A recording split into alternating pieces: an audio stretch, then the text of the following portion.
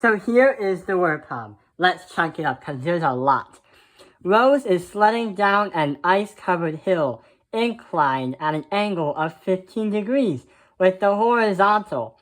If Rose and the sled, yes, she has to be riding a sled for it to actually work, have a sum mass of 54 kilograms.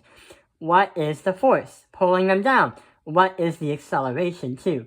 So we're going to calculate the force of what's pulling her down. So let's see what is happening. So we have to try to make a smaller right triangle to see what is happening. So on this workspace right here, we make a triangle.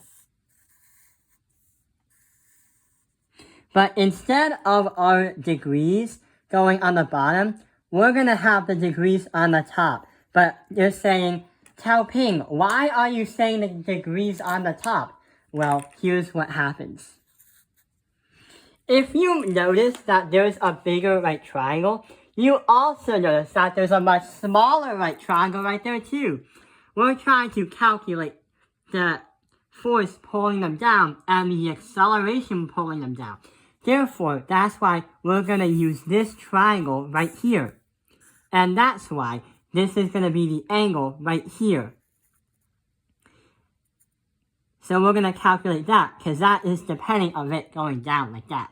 We're trying to find this thing right here. So that's why we use the smaller triangle and not the much larger triangle. So we are trying to find f of gx. The force of gravity on the x-axis. The force of gravity pulling you down. For here we have f of gy, and the hypotenuse we have f of g. That is more standard. So what we have to do now is use some kind of trigonometry. But we're not ready because we don't have any units. Well, it did say the problem literally states that the sled has 54.98 kilograms. We're going to say 54. If you're applying it, we have to multiply that by Earth's gravitational acceleration, 9.8 meters per second.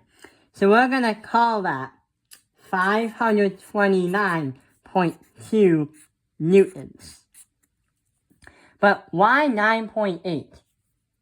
Well, if you are referring to that ramp over there, and if you're also referring to that block cube, right now, the acceleration is 0. But if I increase it, the acceleration starts to go a little bit. If I increase it more, the acceleration goes.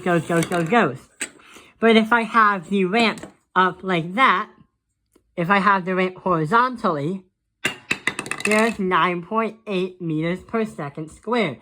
So that can tell you, if the ramp is like that, it's going to increase the acceleration when you raise the ramp in terms of degrees. But when the ramp reaches 90 degrees to the ground level, then that is going to tell you drop an object 9.8 meters per second squared. So that's why we have to multiply that by Earth's gravitational acceleration.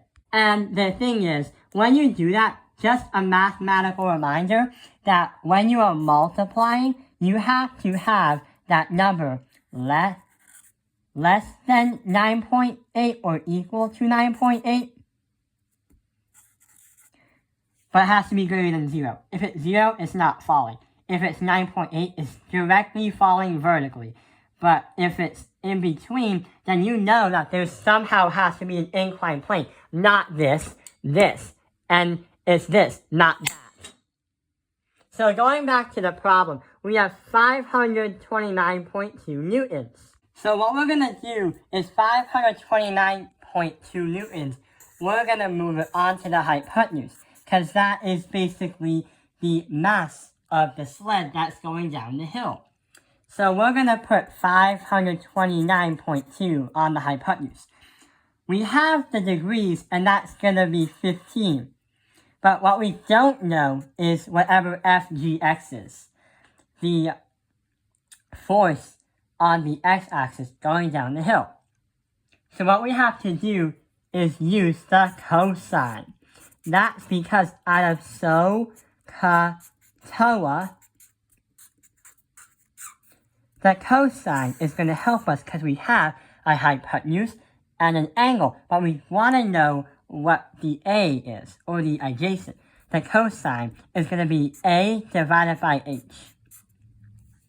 Not only that, about the cosine, the whole math is the cosine of 15 degrees is going to equal A divided by H, 529.2n. When we do that and get our answer, we are going to get our FGX is going to equal 136.97 newtons. So that is how much force the sled is going down when it goes down this inclined plane of 15 degrees. And the sled has a mass of 54 kilograms. That is going to be the answer for what is the force. So now we gotta find out what the acceleration is. To find the acceleration, here's what we have to do. Our F of net is gonna equal our M multiplied out by our A. And turns out our F is going to represent 136.97 newtons. That has to be equal to 54 kilograms. And then we have to multiply it by A. So 136.97 equals to 54A. Divide that by 54, divide this by 54, and we should be able to get an answer of our acceleration is going to equal to 2.54 meters per second squared. That's how fast Rosie's sled is going down that hill with no friction.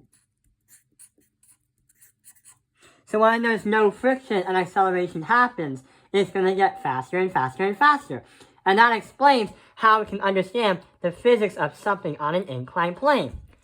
I hope this video has helped you understand inclined planes. Thank you for watching Top Penalized Math Industry. Like and subscribe.